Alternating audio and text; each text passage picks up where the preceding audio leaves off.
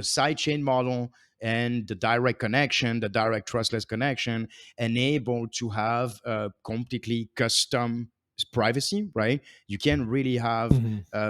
the rule set that you need while still preserving some reporting ability, some because look, like if you have an opaque blockchain, then obviously the authorities will not be happy about it, right? They will want to be able to review what you did and kind of tax you on everything.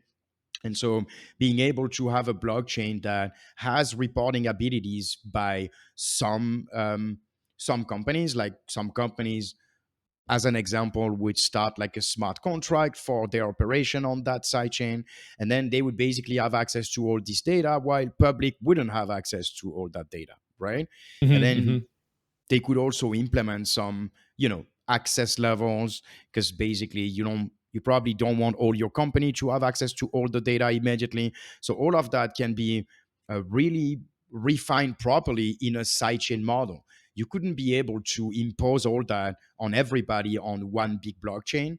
But then on a sidechain, it's really the best business case that you have, or the best support or infrastructure support that you have for a business case, to be able to support compliance, reporting, and all those key things that business needs.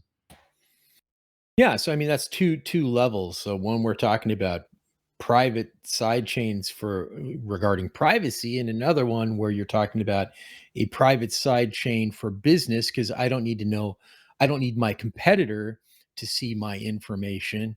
I don't need my competitor to see my contracts. I don't need my competitor to see my payments. And just like I don't necessarily need to see have my vendors see all the payments going back and forth, or for that matter, even employees, to see that information, although some may debate against that.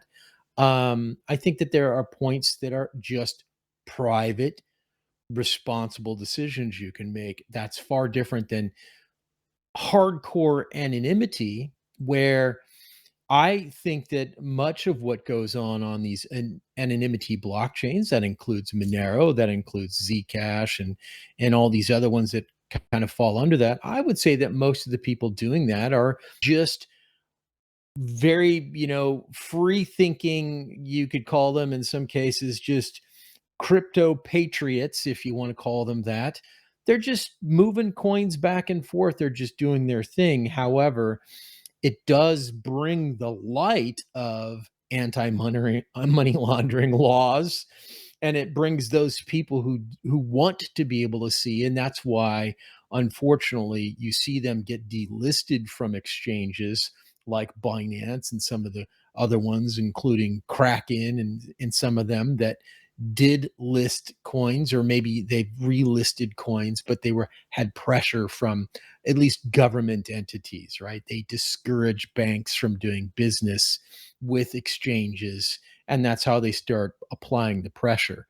Yeah. If a government entity goes after a specific exchange because that specific exchange is allowing people to buy or trade a specific anonymity coin, those monies going back into fiat or from fiat can be choked because of some external. It's another reason why we need to get rid of fiat. How about that? Let's just kill the whole fiat system, and let's get everybody accepting crypto, and then we don't have to worry about any of these things.